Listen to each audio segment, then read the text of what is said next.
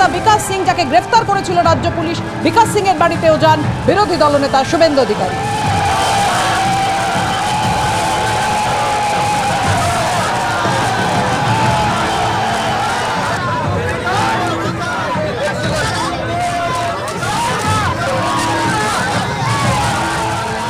BJP নেতা বিকাশ সিংকে গ্রেফতার করেছিল পুলিশ সন্দেশখালী কাণ্ডে। সেই বিকাশ সিং এর বাড়িতে আজকে যান রাজ্যের বিরোধী দলনেতা শুভেন্দু অধিকারী। জেল থেকে মুক্তি পাওয়ার পর ফের গ্রেফতার করা হয় বিকাশ সিংকে। সেই বিকাশ সিং এর বাড়িতে গিয়ে পরিবারের সঙ্গে দেখা করলেন রাজ্যের বিরোধী দলনেতা।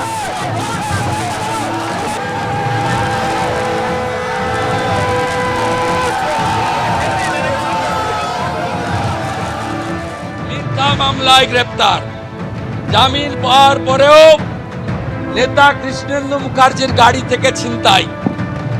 আটকে রাখতে পাবেন না, বাড়ির লোকরা ভীষণ শক্ত।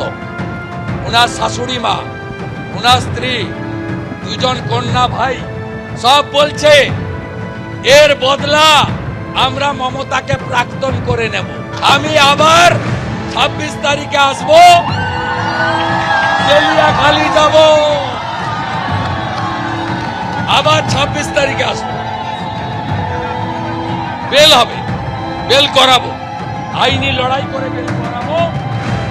26 তারিখে এই কোর্টে না হলে হায়ার কোর্টে যাব, সুপ্রিম কোর্ট থেকে লয়ার আনতে হলে পার্টি আনবে। বিজেপি বিকাশ সিং এর সঙ্গে আছে। ওটা তো প্রশাসনিক বিষয়।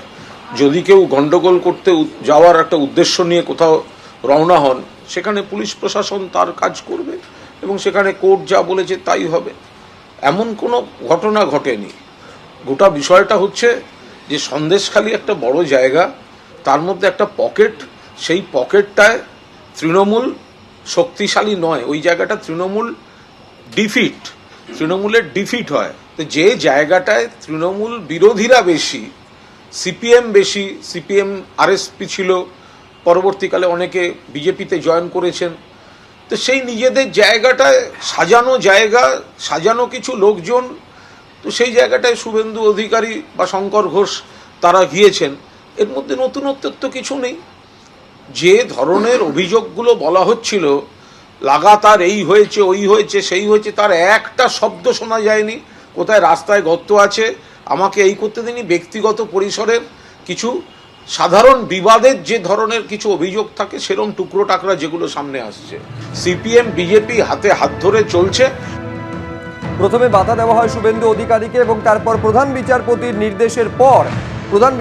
বেঞ্চের নির্দেশের পর সন্দেশখালী ঢুকতে পারেন বিরোধী দলনেতা। একইভাবে সিপিএম নেত্রী বৃন্দা কারাটকেও 144 ধারার কথা বলে প্রথমে আটকানো হয়, পরে একেবারে পুলিশ তাকে প্রবেশের অনুমতি দেয়।